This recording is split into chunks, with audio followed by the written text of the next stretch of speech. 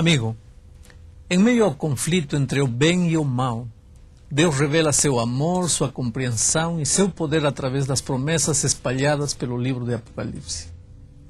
Muitas dessas promessas estão relacionadas com a segunda vinda de Cristo, outras com a fidelidade e muitas com a salvação e a vida eterna. Mas todas as promessas do Apocalipse destinam-se aos vencedores do grande conflito cósmico em que estamos envolvidos todos, sem exceção. Os vencedores são aqueles que alcançam a vitória contra o mal. A Bíblia diz: sede sóbrios e vigilantes, porque o diabo, vosso adversário, anda em derredor como leão que ruge procurando alguém para devorar. Resisti-lhe firmes na fé, certos de que sofrimentos iguais aos vossos estão se cumprindo na vossa irmandade espalhada pelo mundo. Isso diz São Pedro em 1 de Pedro 5:8.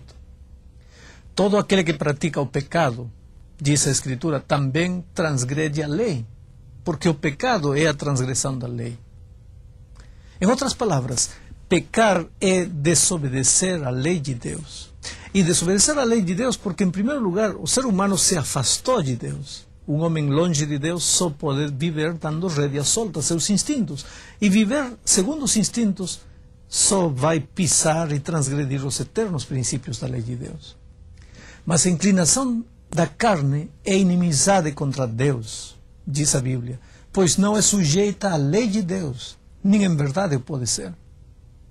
Isto quer dizer que os que vivem em pecado, infelizmente, transgredindo a lei de Deus, são inimigos de Deus, dominados por Satanás, pertencentes a seu exército. Em contraste com estes, Jesus, nosso Senhor, descreveu a conduta daqueles que lhe pertencem. Veja, se me amais, disse ele, guardareis os meus mandamentos. Os filhos de Deus, em outras épocas, sofreram perseguições, sofrimento e morte por amor a Cristo, mas permaneceram fiéis e descansaram na promessa: sê fiel até a morte e dar-te-ei a coroa da vida. Aquele que nos ama, diz a Bíblia, e pelo seu sangue nos libertou dos nossos pecados. É importante, meu amigo, não esquecer que a salvação do pecado se baseia na graça de Deus e nos méritos de Jesus. Aquele que tem sede, venha, e quem quiser receba de graça a água da vida. Essa é a promessa. Essa promessa afirma que a salvação é oferecida a todos.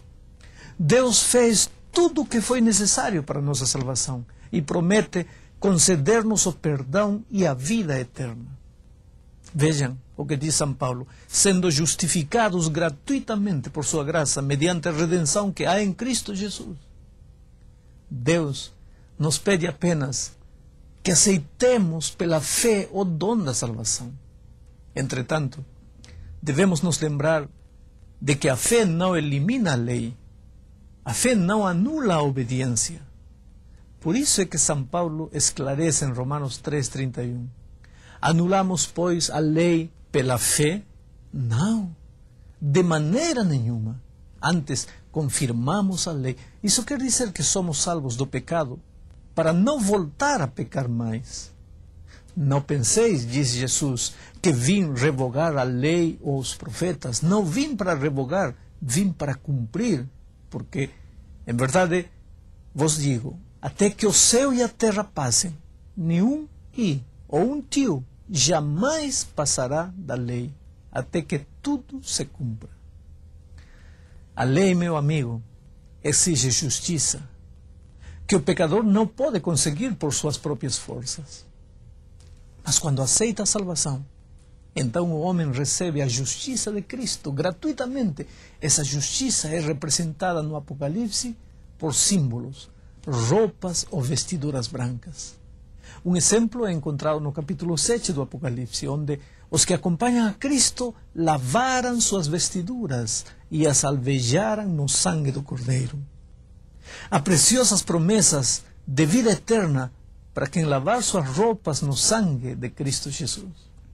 Por outro lado, os ímpios se lamentarão.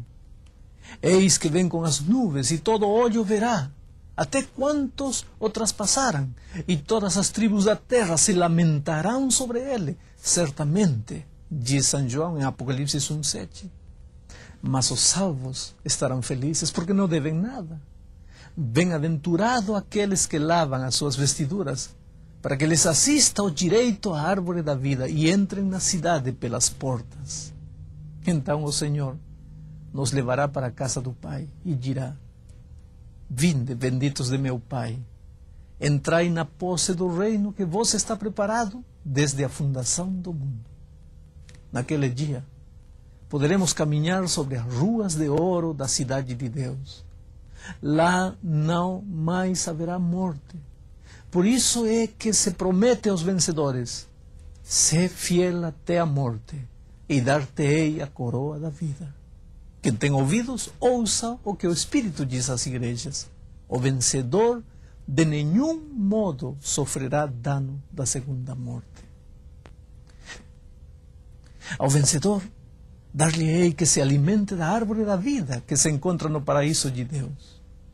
Eu, a quem tem sede, darei de graça da fonte da água da vida. Estas são promessas de Deus para a felicidade eterna de seus filhos. Em nosso próximo encontro, estudaremos interessantes profecias dos 7 selos do Apocalipse, com seus 4 cavalos e outros tantos cavaleiros. Esse estudo nos fará entender melhor o plano de Deus para conosco. Aquele que tem sede, venha, e quem quiser receba de graça a água da vida. Amigo querido, ao terminar esta lição é importante que você coloque na sua mente que guardar a lei de Deus por suas próprias forças é literalmente impossível. Há 2 grandes perigos com relação ao Evangelho e à lei. O primeiro perigo é pensar: tenho que guardar a lei para salvar-me e para poder entrar na cidade de Deus. Isso está errado. Para salvar-se e para entrar na cidade de Deus, você precisa viver com Jesus uma vida de comunhão. Nada mais. Agora, o outro perigo é: eu fui salvo em Cristo e posso viver a vida que eu quero sem obedecer à lei. Esse é um outro perigo. Mas no tema de hoje entendemos que é preciso confiar em Cristo para a salvação, mas como resultado dessa experiência é preciso cumprir e andar nos mandamentos de Deus. Que Deus o abençoe.